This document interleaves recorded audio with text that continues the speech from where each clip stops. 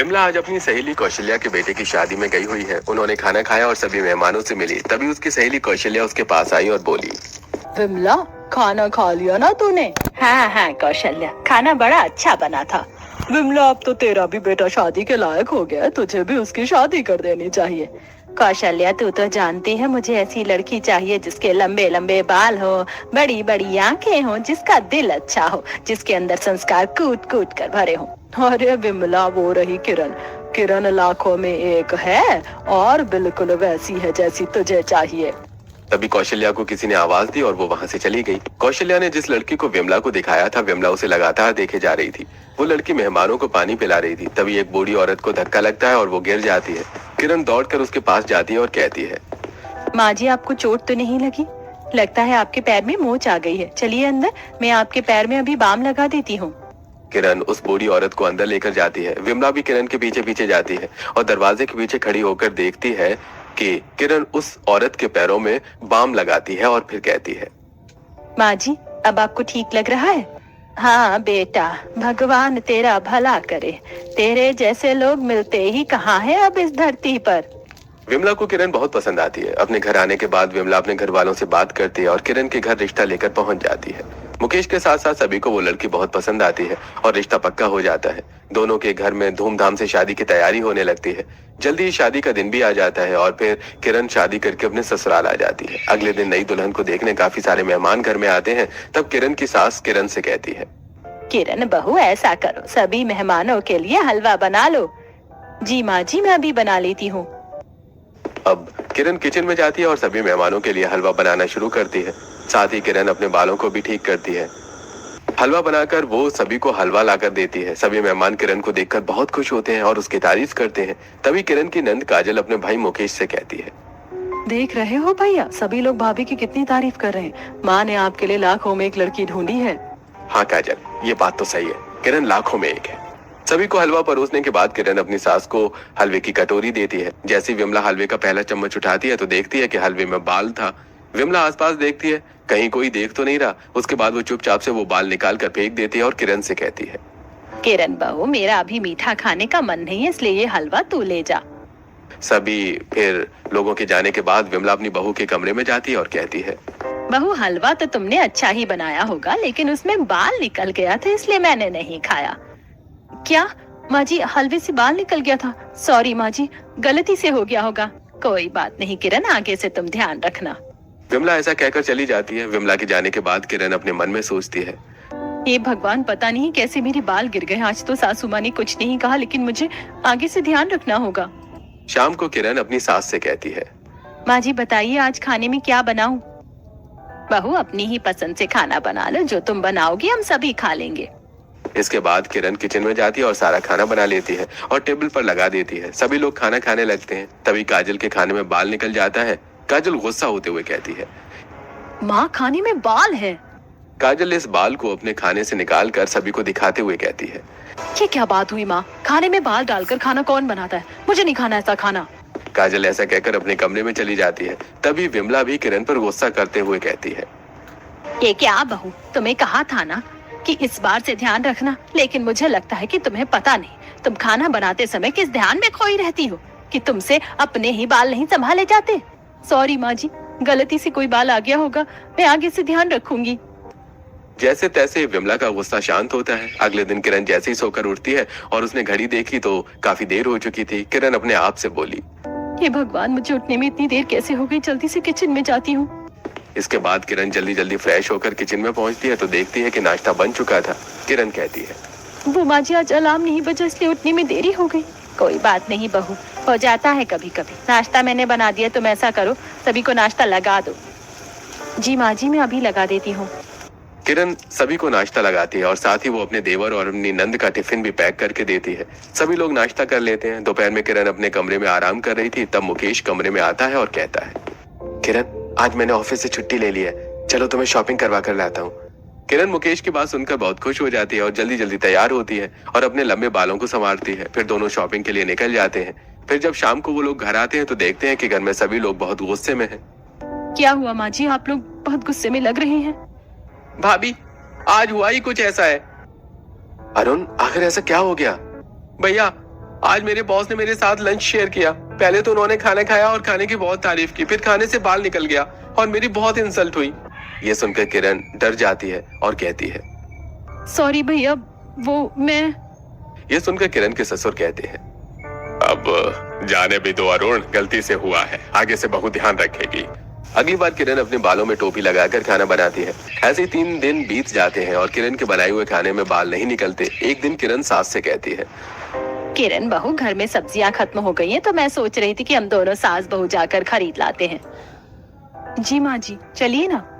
दोनों सास बहू सब्जियां खरीदने के लिए जाती हैं। तभी विमला को उसकी सहेली शोभा मिलती है।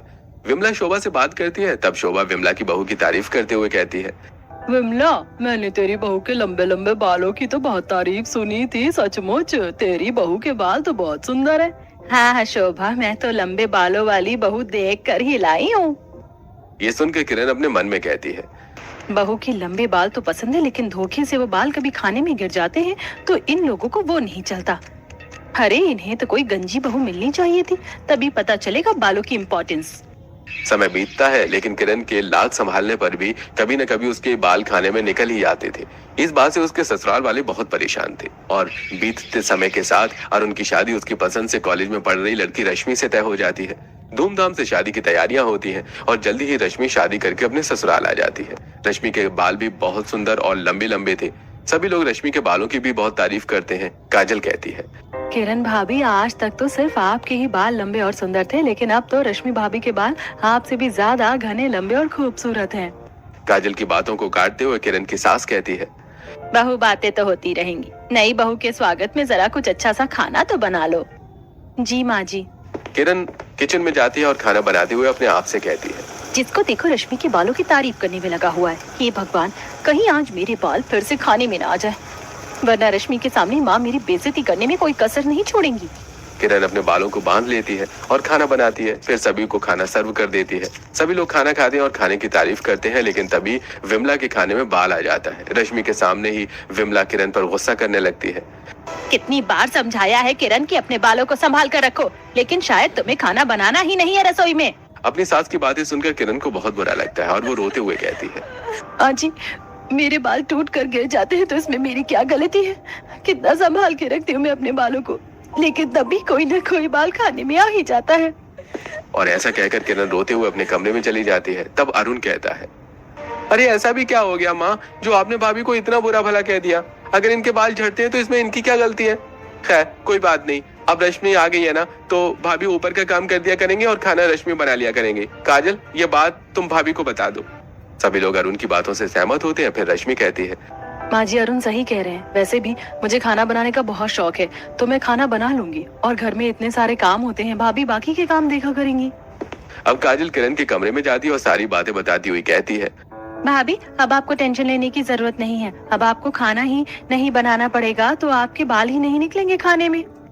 क्या सच में काजल? ये तो बहुत अच्छी बात है। अगले दिन रश्मि बहुत सुंदर सा हेयर स्टाइल बनाकर बाहर आती है और किचन में खाना बनाती है। किरण उसे देखकर सोचती है, कितनी सुंदर हेयर स्टाइल की है इसने। ये रोज अलग अलग हेयर स्टाइल करती है, लेकिन फिर भी इसके बाल खराब नहीं होते और ना ही टूटते हैं। एक मैं हूँ, अपने बालों में इतनी कंघी करती हूँ और कोई फालतू हेयर स्टाइल भी नहीं बनाती, फिर भी मेरे बाल इतने टूटते हैं।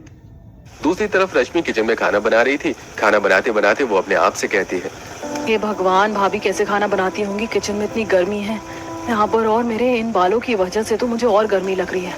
लेकिन अब क्या कर सकते हैं, खाना तो बनाना ही पड़ेगा। ऐसा करती हूँ कि दरवाजा बंद कर देती हूँ। रश्मि दरवाजा बंद करके सारा खाना बना लेती है और सभी को परोसती है। सभी लोग खाना खाते हैं और खाना भी सभी को बहुत पसंद आता है। रश्मि के ससुर कहते हैं, अरे सच में बहू, तुम्हारे हाथों में तो जादू है। इतना स्वादिष्ट खाने कि पेट भर गया लेकिन मन नहीं भरा। हाँ भाभी, आपने खाना तो सच में बहुत अच्छा बनाया है। तभी विमला किरण को ताने देती हुई कहती है, हाँ, खाना तो अच्छा बना ही है, लेकिन साथ में उससे अच्छी बात यह है कि खाने में कोई बाल नहीं है। किरण को यह बात सुनकर बहुत बुरा लगता है, लेकिन वो कुछ नहीं कहती। अब तो रोज ही ऐसा होता है। रश्मि खाना बनाती है और वो खाना सभी को बहुत स्वादिष्ट लगता है और सभी लोग उसकी बहुत तारीफ करते हैं। लेकिन रश्मि जब भी किचन में काम करती तो वो दरवाजा अक्सर बंद कर लिया करती और दरवाजा बंद करने का कारण पूछने पर वो कहती, दरअसल माँ जी, मैं सब्जियों में अलग अलग तरह के तड़के लगाती हूँ, तो कहीं उसकी खुशबू बाहर आएगी तो आप लोगों को छींक आएगी, बस मैं इसलिए दरवाजा बंद कर देती हूँ। इसलिए कोई भी रश्मि से कुछ नहीं कहता। धीरे धीरे सभी लोग रश्मि को बहुत रिस्पॉन्स करने लगे थे और बेचारी किरण खुद को अपेक्षित महसूस करती है। एक दिन किरण की सास किरण से कहती है, किरण बहू, रश्मि बहू ने खाना बना दिया है, बाकी का सारा काम तू कर लेना। आज मैं उसे अपनी सहेलियों से मिलवाने ले जा रही हूँ। ऐसा कहकर विमला उसे लेकर चली जाती है और किरण पूरे घर का काम करती है। वो लोग वापस आते हैं तो काजल कहती है, किरण भाभी प्लीज शाम का काम आप देख लेना, क्योंकि मेरी कुछ सहेलियां आ रही हैं तो मैं उन्हें रश्मि भाभी से मिलवाना चाहती हूँ। ठीक है काजल। किरण को ये सब बहुत बुरा लग रहा था, लेकिन वो करती भी तो क्या। ऐसी समय बीत रहा था। एक दिन किरण रश्मि से कहती है, रश्मि, अगर मैं तुमसे एक बात पूछूं तो क्या तुम मुझे बताओगी? अरे भाभी, इसमें इतना सोचने की कौन सी बात है, पूछो ना। तुम्हारे बाल बहुत अच्छे हैं और तुम अपने बालों की कितनी सुंदर सुंदर हेयर स्टाइल बनाती हो। मुझे तो कोई भी हेयर स्टाइल बनाना नहीं आता। तुम मेरे सामने अपने बालों की हेयर स्टाइल बनाकर बताओ ना, अगर मैं सीख जाऊंगी तो मैं भी बना लूंगी। किरण की बात सुनकर रश्मि घबरा जाती है और कहती है, नहीं भाभी, हेयर स्टाइल बनाना बहुत मुश्किल होता है, मुझे घंटों लगते हैं। अगर मैंने अभी अपने बाल बिगाड़ लिए तो बहुत देर हो जाएगी, और खाने में देर हुई तो आपको तो पता है माँ जी गुस्सा करेंगी। मैं फिर कभी बताऊंगी। किरण समझ जाती है कि रश्मि बात को टाल रही है, इसलिए फिर किरण कहती है, अच्छा बालों को छोड़ो, तुम ये बताओ कि तुम्हारा खाना इतना स्वादिष्ट कैसे बनता है? तुम क्या कुछ अलग मसाले इस्तेमाल करती हो? नहीं नहीं भाभी, बस खाना बनाने की थोड़ी सी तरीका और थोड़ा ज्यादा मन लगाकर खाना बनाती हूँ, बस खाना बहुत अच्छा बन जाता है। रश्मि ऐसे ही बात को टालकर वहाँ से चली जाती है। फिर किरण अपने मन में कहती है, रश्मि ने मेरी बातों को ऐसे क्यों टाल दिया? जरूर वो खाने में कुछ ऐसे मसाले मिलाती है जो मुझे नहीं पता। मुझे छुप कर देखना चाहिए कि आखिर वो अपने खाने में ऐसा क्या डालती है जो सभी को इतना पसंद आता है। सभी उसके गुणगान करते नहीं थकते, लेकिन मैं उसे मसाले डालते हुए देखूंगी कैसे? वो तो किचन का दरवाजा बंद करके खाना बनाती है। जरूर वो इसीलिए किचन का दरवाजा बंद करके खाना बनाती है ताकि कोई उसे देख ना सके, लेकिन मैं तो देख कर रहूंगी। किरण किचन के बाजू वाले कमरे में जाती है, जहाँ पर किचन की तरफ एक खिड़की थी जो कि काफी ऊपर थी। किरण स्टूल रखकर उस खिड़की तक पहुंच जाती है और धीरे धीरे खिड़की खोलती है, लेकिन अंदर का सीन देखकर किरण के होश उड़ जाते हैं। वो अपने आप से कहती है, अच्छा तो ये राज है किचन बंद करके खाना बनाने का। अब किरण अपने कमरे में जाती है और अपने पति को सारी बातें बताते हुए कहती है, मैं आज ये बात सबको बता दूंगी। जब सच सामने आएगा तब लोगों को पता चलेगा कि तुलना तो हर चीज में होनी चाहिए, सिर्फ खाना बनाने में ही क्यों। सारी बातें सुनकर मुकेश अपनी पत्नी को डांटते हुए कहता है, देखो किरण, जो हुआ उसे वहीं तक रहने दो। अगर किसी को ये राज पता चल गया ना तो बहुत गलत होगा, इसलिए किसी को कुछ बताने की जरूरत नहीं है।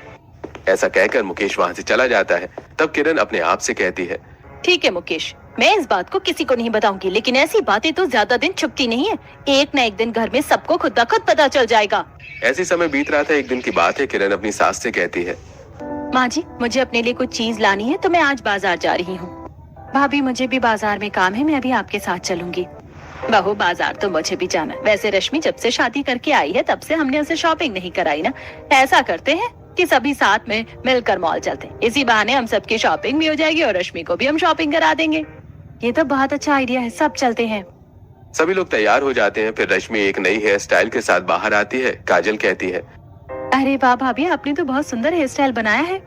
ये देखकर किरण मन ही मन सोचती है, अब इन्हें सच्चाई कौन बताए। सभी लोग शॉपिंग के लिए घर से निकल पड़ते हैं। वो एक मॉल में जाते हैं। विमला सभी से कहती है, सभी लोग अपने अपने लिए अपनी पसंद की चीजें देख लो। चलिए जी, हम भी आपके लिए जूते देख लेते हैं। अब सभी लोग अपनी अपनी शॉपिंग पर लग जाते हैं, लेकिन किरण की नजर रश्मि पर ही रहती है। रश्मि को एक बहुत सुंदर सैंडल दिखाई देती है। रश्मि काजल से कहती है, काजल दीदी, ये सैंडल कितनी सुंदर है ना। हाँ भाभी, सचमुच बहुत अच्छी है, आप इसे ट्राई करके देखो ना। अब रश्मि सैंडल ट्राई करने के लिए नीचे झुकती है तो उसके सिर में लगा विग गिर जाता है। जैसे ही विग नीचे गिरता है, काजल चौंक जाती है और आवाज देती है, माँ माँ। काजल की आवाज सुनकर सभी लोग वहां आते हैं और देखते हैं कि रश्मि के सिर पर तो बाल ही नहीं है, वो गंजी है। मॉल के सभी लोग भी रश्मि को घूर घूर कर देख रहे थे और हंस रहे थे।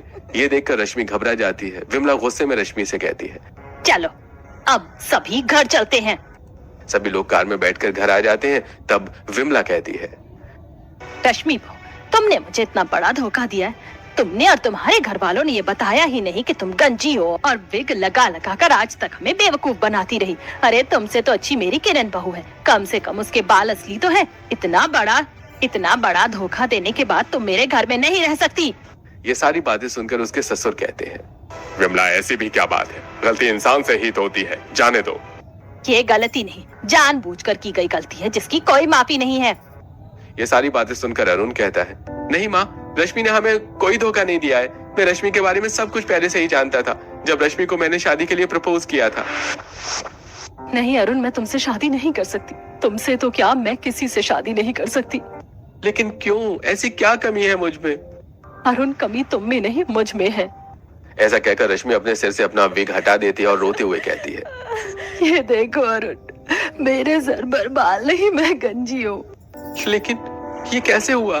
अरुण, मैं हमेशा से गंजी नहीं थी, मेरे बाल बहुत सुंदर थे, लेकिन जैसे जैसे मैं बड़ी हुई मेरे बाल झड़ने लगे और एक समय के बाद मैं पूरी तरह गंजी हो गई। माँ से पूछने पर पता चला मेरी नानी गंजी हुआ करती थी, इसीलिए मुझ में मेरी नानी के जीन्स ट्रांसफर हो गए और मैं गंजी हो गई। ये जेनेटिक प्रॉब्लम है। रश्मि की बात सुनकर अरुण बोला, रश्मि, तुम्हारे बालों के होने या न होने से तुम्हारी खूबसूरती में कोई फर्क नहीं है, और मुझे तो तुम बिना बालों के भी खूबसूरत लगती हो, इसीलिए मेरा तुमसे शादी का फैसला अटल है। शादी तो मैं तुमसे ही करूंगा। लेकिन अरुण, मैंने सुना है कि तुम्हारी माँ को लंबे बालों वाली लड़की पसंद है। अगर उन्होंने मुझे रिजेक्ट कर दिया तो? ये बात हम उन्हें नहीं बताएंगे। लेकिन अरुण, ये तो माँ जी को धोखा देना होगा। नहीं रश्मि, ये कोई धोखा नहीं होगा। कभी कभी भलाई के लिए एक झूठ तो भगवान भी माफ कर देते हैं। और इस तरह मैंने ही रश्मि को अपनी सच्चाई बताने से मना कर दिया था, लेकिन वो इत्तेफाक से आज आपके सामने आ ही गई। सारी बातें सुनकर रश्मि के ससुर बोले, विमला, सुना तूने? हमारी बहू धोखेबाज नहीं है। मुझे तो पहले ही पता था कि हमारी बहू धोखेबाज हो ही नहीं सकती। अब जाने दो इन सब बातों को, जो हो गया सो हो गया। बच्चों की खुशी है, हमारी खुशी है। विमला को ये सारी बातें अच्छी तो नहीं लगती और ना ही उसका गुस्सा शांत होता है, लेकिन तब भी वो अपने परिवार की खातिर मान जाती है और कहती है, ठीक है, लेकिन रश्मि बहू, आज के बाद तुम अपना ये विग लगा कर ही रखना, वरना मैं बाहर वालों को क्या मुंह दिखाऊंगी। ऐसा कहकर विमला अंदर चली जाती है। अगले दिन से विमला रश्मि से बात करना बंद कर देती है और रश्मि से काफी ओखड़ी हुई रहती है। रश्मि को ये देखकर बहुत बुरा लगता है। एक दिन रश्मि ने सभी के लिए कॉफी बनाई। रश्मि सभी को कॉफी दे रही थी, तभी वो अपनी सास से बोली, माँ जी, मुझे पता है कि आपको ज्यादा मीठी कॉफी पसंद है, इसलिए ये फीकी कॉफी मैंने आपके लिए बनाई है। लेकिन विमला रश्मि की बात को काटती हुई बोली, मेरी तबीयत कुछ ठीक नहीं लग रही, इसलिए आज मैं कॉफी नहीं पीऊंगी। ऐसा कहकर विमला अंदर चली जाती है। रश्मि को ये बात बहुत बुरी लगती है और वो रोते हुए अपने कमरे में चली जाती है। तभी किरण रश्मि के पीछे उसके कमरे में जाती है और उसे चुप कराती हुई कहती है, तुम्हें इतना परेशान होने की जरूरत नहीं है। तुम्हारे बाल नहीं है, इसमें तुम्हारी कोई गलती नहीं है। माँ जी को भी धीरे धीरे बात समझ में आ जाएगी। भाभी, मैंने हर मुमकिन कोशिश की मेरे सर पर बाल आ जाए, लेकिन मेरे सर पर बाल नहीं आए तो मैं क्या करूं? रश्मि, तुम इतनी चिंता मत करो। हमारे गांव में एक वैद्य जी हैं जो गंजेपन का इलाज करते हैं। उनसे इलाज करवाने के लिए लोग दूर दूर से आते हैं। मैं आज ही माँ से बात करती हूँ और तुम्हारे लिए दवाइयाँ मंगवाती हूँ। तुम देखना कि तुम्हारे बाल भी बिल्कुल ठीक पहले जैसे आ जाएंगे। फिर हम दोनों देवरानी जेठानी मिलकर नई नई हेयर स्टाइल बनाएंगे और फिर हमारी सासू माँ अपनी दोनों बहुओं के बालों से परेशान हो जाया करेंगी और हमें डांट लगाएंगी। रश्मि किरण की बात सुनकर हंस पड़ती है और उसे तसल्ली भी मिलती है। ऐसी समय बीत रहा था कि एक दिन की बात है। विमला अपनी दोनों बहुओं से कहती है, रश्मि, किरण, तुम्हारी बुआ सास की पोती का जन्मदिन है, तो हम सभी शिमला जा रहे हैं। अपनी अपनी पैकिंग कर लेना। और रश्मि बहू, अपना विग ठीक से लगा लेना, कहीं ऐसा ना हो कि वहाँ तुम्हारा विग निकल जाए और तुम हम सबकी बेइज्जती करा दो। जी माँ जी। अब सभी लोग तैयार होकर गोपाल जी की बहन शर्मिला देवी के यहाँ जाने के लिए निकल पड़ते हैं। जल्दी वो लोग शर्मिला देवी के यहाँ पहुँच जाते हैं। शर्मिला देवी सबका स्वागत करती हैं, फिर सभी को अपनी इकलौती बहू से मिलाते हुए कहती है, भैया भाभी, इनसे मिलो, ये है मेरी बहू निकिता। प्यार से हम सभी से निक्की कहते हैं। तभी निक्की की 8 साल की बेटी महक वहाँ सामने आकर कहती है, दादी, मुझे तो आपने किसी से मिलवाया ही नहीं, मुझे तो सभी बच्ची समझते हैं। सभी लोग महक की बातें सुनकर हंस पड़ते हैं। अब सभी लोग चाय नाश्ता करते हैं और बातें करते करते शाम हो जाती है। तभी निकिता कहती है, माँ जी, आप लोग बातें कीजिए, मैं तब तक सबके लिए खाना बना लेती हूँ। अरे नहीं नहीं निकिता भाभी, आप अकेले क्यों खाना बनाओगी? मैं और रश्मि भी किचन में आपकी मदद करेंगे। ये सारी बातें सुनकर शर्मिला कहती है, कुछ भी कहो विमला, तो बड़ी भाग्यवान है जो तुझे इतनी अच्छी बहू मिली। निकिता को ये सुनकर बहुत बुरा लगता है, लेकिन वो चुपचाप वहाँ से चली जाती है और उसके पीछे पीछे किरण और रश्मि भी जाती हैं। तीनों बहुएं साथ मिलकर खाना बनाती हैं और फिर सभी को खाना खिलाती हैं। और खाना खाते खाते शर्मिला कहती है, रश्मि बहू, ये पनीर की भुर्जी तुमने बनाई है ना, बड़ी ही स्वादिष्ट बनी है। खाना खाने के बाद सभी अपने अपने कमरे में आराम करने के लिए चले जाते हैं। तब निकिता अपनी सास के कमरे में आती है और कहती है, माँ जी, क्या जरूरत है आपको अपने भाई की बहू की इतनी तारीफ करने की? क्या आप मुझे उनके सामने नीचा दिखाना चाहती हैं? अरे नहीं नहीं बहू, ऐसी कोई बात नहीं, मैं तो बस। मुझे मत बताइए माँ जी, मुझे सब पता है कि आप मुझे पसंद नहीं करती, इसीलिए जानबूझकर ये सब करती हैं। अब अगर आपने उनकी तारीफ और मेरी एक भी बुराई की तो अच्छा नहीं होगा। धीरे बोलो निकिता बहू, कहीं वो लोग सुन लेंगे तो हमारी बहुत बेइज्जती हो जाएगी। तभी निकिता की बेटी महक ये सुनकर कहती है, माँ, दादी को इस तरह क्यों डांट रही हो? अपने कमरे में जाओ और चुपचाप सो जाओ, सुबह स्कूल भी जाना है। वो रोती हुई वहां से चली जाती है और निकिता भी गुस्से में वहां से निकलकर चली जाती है। शर्मिला को नहीं मालूम था कि विमला दरवाजे के पीछे खड़ी है, ये सब कुछ सुन रही थी। ये सब सुनकर विमला को बहुत बुरा लगता है, लेकिन वो कर भी क्या सकती थी, इसलिए वो चुपचाप अपने कमरे में चली जाती है। अगले दिन शाम को बर्थडे पार्टी चल रही थी। बर्थडे का केक कटता है और सभी सेलिब्रेट करते हैं। फिर निकिता सभी मेहमानों को केक लाकर देती है। तभी निकिता विमला को भी केक देती है। विमला जैसे ही केक ले रही होती है तभी कटोरी स्लिप हो जाती है और निकिता की साड़ी पर गिर जाती है। अपनी साड़ी खराब होता देख निकिता बहुत गुस्सा हो जाती है और कहती है, माँ जी, आपको कटोरी पकड़ने की तमीज नहीं है क्या? खामखा मेरी इतनी महंगी साड़ी खराब कर दी। ये सुनकर रश्मि और किरण दोनों बहुत गुस्सा हो जाती हैं और कहती है, निकिता भाभी, तमीज से बात करो, वो तुमसे बड़ी है और उससे भी बड़ी बात वो हमारी सास है और हमारे लिए वो माँ समान है और हमारी माँ को इस तरह से हमारे सामने कोई बेइज्जत करे हम बर्दाश्त नहीं करेंगे। किरण भाभी सही कह रही है, अगर तुम कहोगी तो इससे 4 गुना महंगी साड़ी हम तुम्हें खरीद कर दे देंगे, लेकिन अपनी सास की बेइज्जती बर्दाश्त नहीं करेंगे। उन लोगों का गुस्सा होते देख निकिता गुस्से में अंदर चली जाती है। पहली बार विमला को ये एहसास होता है कि उसकी बहुएं लाखों में एक है, लेकिन उसे अपनी बहुओं का निकिता को इस तरह चिल्लाना भी ठीक नहीं लगा। वो निकिता के कमरे में जाती है और कहती है, निकिता बहू, माफ करना, मेरी बहुएं थोड़ा ज्यादा ही बोल गई, लेकिन तुम्हें भी अपने से बड़ों की इज्जत करनी चाहिए। मैंने तुम्हें उस दिन अपनी सास को बुरा भला कहते सुन लिया था। मैं उसी दिन ही तुम्हें समझाना चाहती थी, लेकिन मुझे लगा कि तुम्हें बुरा लग जाएगा, इसीलिए मैंने कुछ नहीं कहा। बहू, तुम्हारी सास तुम्हारी माँ समान है, उनसे अच्छे से बात किया करो। आप हमारे घर के मामले में ना ही बोले तो अच्छा है। ऐसा कहकर निकिता वहाँ से चली जाती है। वो लोग पार्टी में आ जाते हैं। तभी महक अपनी माँ के पास आकर कहती है, चलो माँ, मैं तुम्हें अपनी दोस्तों से मिलवाती हूँ। हाँ बेटा चलो। निकिता ऐसा कहकर अपने पैर आगे बढ़ाती है तो धोखे से उसका पैर महक की फ्रॉक पर पड़ जाता है। ये देखकर महक गुस्सा होते हुए कहती है, माँ, तुम्हें दिखाई नहीं देता, आंधी हो क्या? मेरी इतनी सुंदर फ्रॉक पर पैर रखकर उसे गंदा कर दिया, थोड़ी भी तमीज नहीं है। अब मुझे नहीं मिलवाना आपको अपने दोस्तों से। ऐसा कहकर महक चली जाती है। तब किरण निकिता से कहती है, देखा भाभी, जैसा व्यवहार आप अपने बड़ों के साथ करोगे, बच्चे भी वैसा ही व्यवहार आपके साथ करेंगे, क्योंकि वो आपको देखकर ही सीखते हैं। अभी भी समय है, अपने आप को बदल दीजिए। यह सुनकर निकिता की आंखों में आंसू आ जाते हैं और वो कहती है, आप लोग सच कहते हो। मेरी बेटी ने अगर मुझसे बदतमीजी की है तो कहीं ना कहीं इसमें मेरी भी गलती है और आज ही मैं अपनी गलती सुधारूंगी। ऐसा कहकर निकिता सबसे माफी मांगती है। सभी लोग उसे माफ कर देते हैं और हंसी खुशी पार्टी एंजॉय करते हैं। अगले दिन वे सभी लोग घर वापस आ जाते हैं। तभी उन्हें घर के बाहर